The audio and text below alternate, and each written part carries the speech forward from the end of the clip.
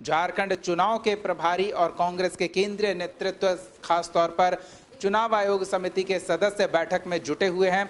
मंथन चल रहा है, लेकिन अभी भी ये सार्वजनिक तौर पर घोषणा किया गया है कि किसके खाते में, यानी कि कांग्रेस के खाते में कितनी सीटें आई है, पर प्रत्याशियों के नाम की लिस्ट फाइनल किए जाने की मशक्कत दिल्ली में चल रही है। इधर झारखंड की बात करें तो रांची में मुख्यमंत्री आवास यानी कि हेमंत सोरेन के आवास पर सहयोगी दल के नेताओं के आने का सिलसिला चलता रहा।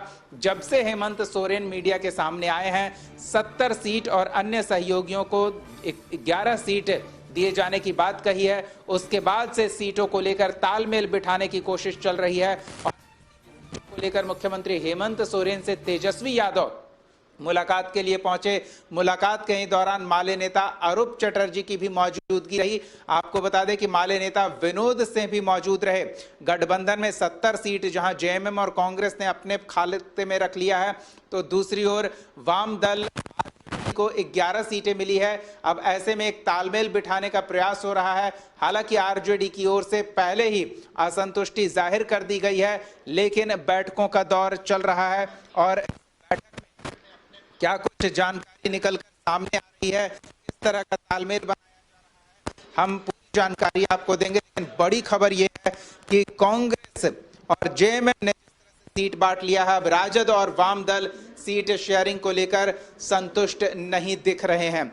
हमारे साथ सहयोगी संदीप जो हम प्रयास करते हैं संतुष्टि कहीं ऐसी स्थिति में ना पहुंच जाए कि गठबंधन में दरार आ जाए। संदीप हमारे साथ हैं। संदीप, वाम दल और तेजस्वी यादव मौजूद थे नेता हेमंत सोरेन से मुलाकात के दौरान। अभी तक स्थिति स्पष्ट नहीं हुई है कि सीट बंटवारे से तेजस्वी यादव संतुष्ट हैं या माले के नेता संतुष्ट हैं। क्या जानकारी निकल कर आ रही है? जी, यदि इंडिया गठबंधन की बात करें तो इंडिया गठबंधन में जिस तरह से जेएमएम और कांग्रेस ने सीट बंटवारे की जो घोषणा कर दी है, यह फैसला इनके द्वारा किया गया है, जिसके बाद से ही जो नाराजगी थी वह देखने को मिल रही थी। क्योंकि यदि उस दरमियान बात करें तो तेजस्वी यादव भी रांची में थे और उनको उस प्रेस कॉन्फ्रेंस में नहीं बुलाया गया था और कांग्रेस के जो आला नेता थे या फिर मुख्यमंत्री स्वयं उस बैठक में शामिल थे। कहीं ना कहीं थी वो किया गया था। हालांकि उसके बाद से जो आरजेडी की तरफ से जो देखने ये स्थिति ठीक नहीं है, जिसके बाद कहीं ना कहीं कई तरह के बयान आए। राजद कार्यालय में मनोज झा ने जो उनके और इनकी डिमांड जो है कि 11 से 12 सीट मिलनी चाहिए। हालांकि यदि झारखंड विधानसभा की बात करें तो 81 सीट है, इसमें 70 का बंटवारा ऑलरेडी हो गया है, तो बच गए सिर्फ 11 सीट।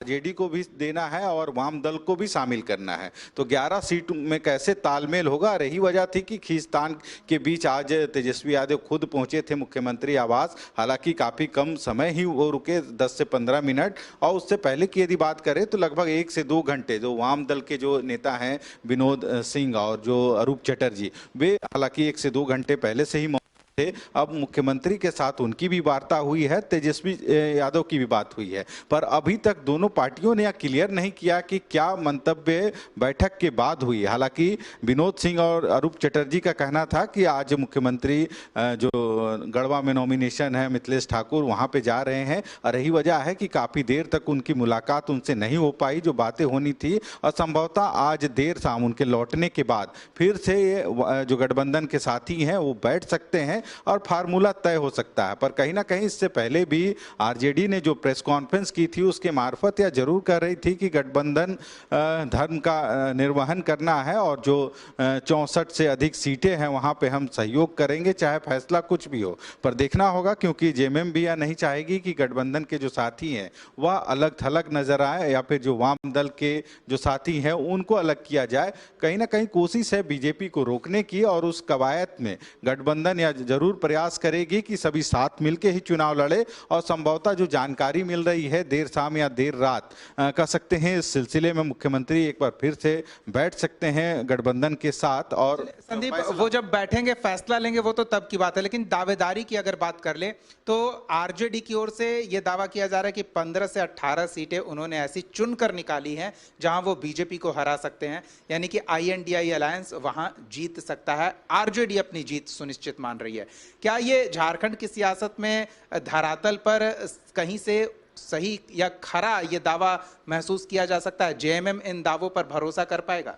जी, यदि गठबंधन की बात करें और राजद की जो सहयोग उसमें रहा है, पिछले बार 2019 को देखा जाए तो 7 सीटें राजद के कोटे में मिला था, हालांकि एक सीट पे ही वो जीत सुनिश्चित कर सके और कई ऐसे 5-6 सीट थे जहां पे वे सेकेंड स्थान पर रहे, यानी कह सकते हैं जो वोटिंग का मार्जिन था काफी अधिक था, पर वहां पे वे सेकेंड नंबर पे रहे हैं, जीत सुनिश्चित नहीं कर पाए। और उसी के आधार पर कहीं ना कहीं गठबंधन यह देख रही है कि यह कहाँ पे कितने सीटों पे मजबूत है और यही आधार बनाते हुए गठबंधन चाह रही है कि उनको उतना ही सीट दिया जाए जहां पे वे एक फाइट कर सके या फिर गठबंधन को उसका नुकसान ना हो। और यही वजह है कि गठबंधन में राजद को और जो वाम दल के लोग हैं उनकी जो कह सकते हैं ताकत भांप ली गई है और उसी के आधार पर उनको सीट देने की कोशिश की जा रही है ताकि गठबंधन को किसी तरह का नुकसान ना हो और अधिक से अधिक सीटों पर जीत सुनिश्चित हो सके। हालांकि अब देखना होगा, जो अब तक जानकारी मिल रही है उसके अनुसार कोई पार्टी या नहीं चाह रहा है कि गठबंधन तोड़ा जाए, क्योंकि इससे कहीं ना कहीं गठबंधन को ही नुकसान होगा। और यही वजह है कि जो आपसी तालमेल है उसको बरकरार रखने की पुरजोर कोशिश। क्या लगता है जिस तरह से ये आरजेडी दबाव बनाने की कोशिश करती दिख रही है, JMM उसके दबाव में आएगी या कांग्रेस उसके दबाव में आएगी? कांग्रेस के साथ तो बिहार में भी तालमेल है, तो क्या कांग्रेस अपनी 1-2 सीटें देकर आरजेडी को मनाता दिख सकता है? क्या संभावना दिख रही है? जी, यदि फिलहाल बात किया जाए इस पूरे जो राजनीतिक जो चल रहा है परिप्रेक्ष्य में बोला जाए तो कहीं ना कहीं जो बातें निकल के आ रही है उसमें 6 से 7 सीट आरजेडी की कोटा में जा सकता है और इसका निर्णय गठबंधन को ही लेना है। और ऐसे में जो 11 बचे हुए सीट हैं 81 में से, क्योंकि 70 ऑलरेडी पहले ही कांग्रेस और JMM ने बांट लिया है, और 11 सीट में से लगभग संभावना है कि 4 सीट वाम दलों को जाएगी और जो बाकी बचे 6 से 7 सीट हैं वो आरजेडी के खाते में जाएगी। हालांकि आरजेडी शुरू से ही अपनी विचार रखते हुए नजर आ रही है कि लगभग 11 से 12 सीट पर दावे कर रही है, पर कहीं ना कहीं जो पिछले 2019 में 7 सीटें मिली हैं तो यदि 60 सीट तक भी मिल जाता है तो जो असंतोष है आरजेडी में वह समाप्त हो जाएगा और एक बार पुनः जो गठबंधन की जो पहली रूपरेखा है वह उसी आधार पे लोग चुनाव लड़ेंगे। जरूरी भी है, बूंद बूंद सागर बनता है, तो गठबंधन अगर सरकार बनाने का इरादा रखती है तो एक एक वोट को अपने साथ जोड़ना होगा, और अगर गठबंधन का कोई साथी छिटक जाता है तो यह बड़ा नुकसान हो सकता है।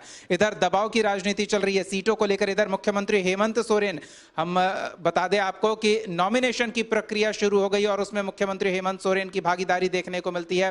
तस्वीरें आपको हम दिखाते हैं। मिथिलेश ठाकुर नॉमिनेशन के लिए पहुंचे और मिथिलेश ठाकुर के नॉमिनेशन में पूरा दमखम देखने को मिला। JMM की ओर से सैकड़ों की संख्या में कार्यकर्ता पहुंचे और मुख्यमंत्री हेमंत सोरेन की भी मौजूदगी देखने को मिली।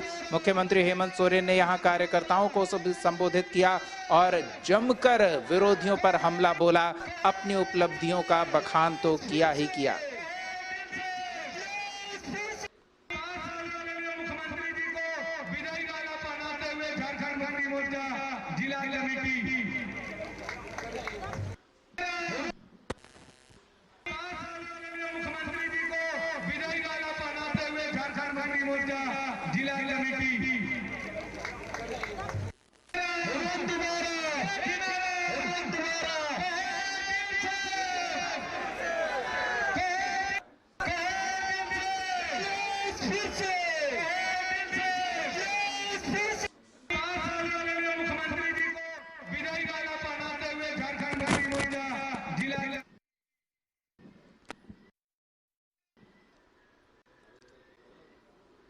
चलिए, सीट फाइनल नहीं हुए हैं लेकिन शुरू हो। संदीप जुड़े हुए। पहला नॉमिनेशन JMM की ओर से मुख्यमंत्री की मौजूदगी और बड़ी भीड़ ये दर्शाने की कोशिश कि सत्ताधारी खेमा कितना मजबूत है। संदीप, कितना प्रभावशाली रहा है ये नॉमिनेशन?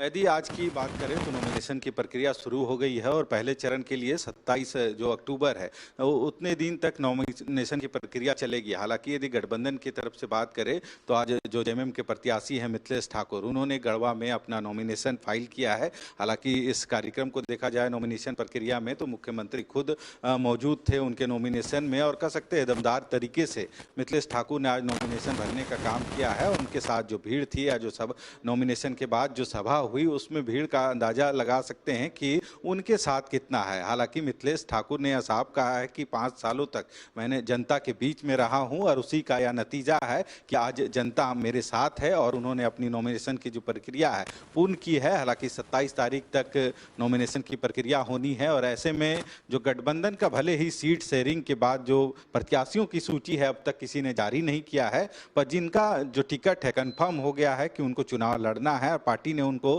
अधिकृत कर दिया है, तो वे अपने तरह से नॉमिनेशन की प्रक्रिया शुरू कर दिए हैं। हालांकि जेएमएम की बात करें तो संभवतः कल रांची में भी एक नॉमिनेशन जेएमएम के प्रत्याशी के द्वारा हो सकता है, पर देखना है कि आज रात तक चाहे कांग्रेस की बात करें या फिर जेएमएम जो गठबंधन में शामिल है, तो दोनों ही दल अपने अपने जो प्रत्याशियों की सूची है पहले जो फेज में चुनाव होने हैं उसके लिए जो पहली सूची है जारी कर सकती है। तो ऐसे में देखना होगा इसके बाद 27 तक जितने प्रत्याशी होंगे अपने अपने जो नामांकन की प्रक्रिया है उसमें शामिल होंगे और चुनाव में लगेंगे। चलिए, धन्यवाद संदीप इस तमाम बातचीत और जानकारी के लिए। तो एक और सीट फाइनल नहीं हुआ है, लेकिन जो कद्दावर प्रत्याशी हैं अपने क्षेत्र में जीत को लेकर आश्वस्त हैं, संगठन जिनकी जीत को लेकर आश्वस्त है, उनके नॉमिनेशन की प्रक्रिया शुरू हो गई है और पूरा दमखम दिखाया जा रहा है नॉमिनेशन के दौरान ही सत्ताधारी खेमे के द्वारा। कितना प्रभाव दिखेगा, जनता इससे कितना प्रभावित होती है, ये तो जनता 13 तारीख को अपना फैसला सुनाएगी वोटिंग के माध्यम से। फिलहाल समय हो चला एक छोटे से ब्रेक का। झारखंड की सियासत के कुछ और पहलुओं से आपको रूबरू कराएंगे, बने रहिए हमारे साथ।